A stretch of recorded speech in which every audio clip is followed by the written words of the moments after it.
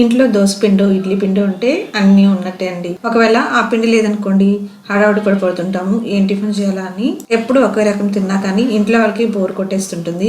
ఈసారి దోశలు ఇడ్లీ కాదండి, బియ్యం పిండితో ఈ విధంగా ఒకసారి ట్రై చేయండి, చాలా చాలా బాగుంటుంది. దీనికోసం ముందుగా ఒక మిక్సింగ్ బౌల్ తీసుకుని అందులోకి 1 కప్పు పొడి బియ్యం పిండి తీసుకోండి. అలాగే ఇందులోకి రుచికి సరిపడా సాల్ట్ ని వేసుకోండి. తర్వాత ఇందులోకి నేను ఇక్కడ ఉల్లిపాయలని, క్యారెట్ ని, కొత్తిమీరని, కరివేపాకుని సన్నగా కట్ చేసుకున్న పచ్చిమిరపకాయలని అడెంటి వేసుకుని వేడిగా కాంచిన ఆయిల్ని, కుకింగ్ ఆయిల్ని ఒక 2 స్పూన్స్ తీసుకొని వేసుకోండి. అలాగే ఇందులోకి మనం ఇంతకుముందు ఆల్రెడీ పచ్చిమిరపకాయలు వేసాం కదండి, అందుకే ఒక 1/2 స్పూన్ వరకు కారాన్ని వేసుకోండి. అలాగే అల్లం వెల్లుల్లి పేస్ట్ని కూడా వేసుకొని మొత్తం అంతా కూడా పిండి అంతా కూడా కలుపుకోండి.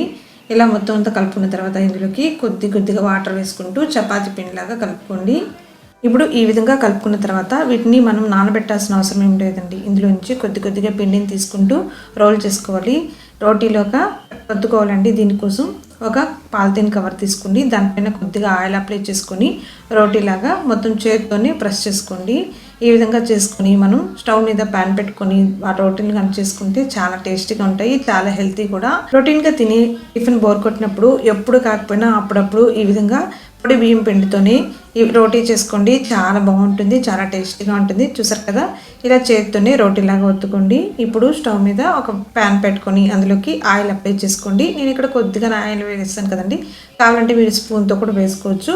1 స్పూన్ వరకు ఆయిల్ వేసుకోండి.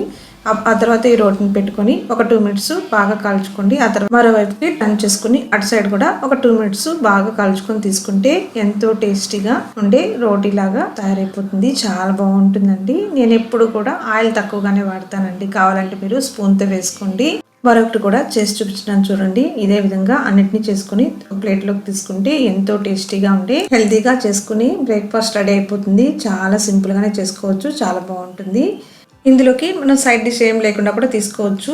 ఇంట్లో టిఫిన్ చేయడానికి ఏమీ లేనప్పుడు బియ్యం పిండితో అప్పటికప్పుడు ఈ విధంగా బ్రేక్ఫాస్ట్ చేసుకొని చూడండి, లేదా ఈవినింగ్ టైంలో స్నాక్గా కూడా చేసుకొని తీసుకోవచ్చు. మరి ఈ వీడియో మీకు నచ్చింది అనుకోండి, నా ఛానల్ని సబ్స్క్రైబ్ చేసుకొని మీ ఫ్రెండ్స్ అండ్ రిలేటివ్స్ కూడా షేర్ చేయండి. మళ్ళీ మరిన్ని మంచి రెసిపీస్తో మీ ముందుకు వచ్చేస్తాను. Thank you so much for watching my video.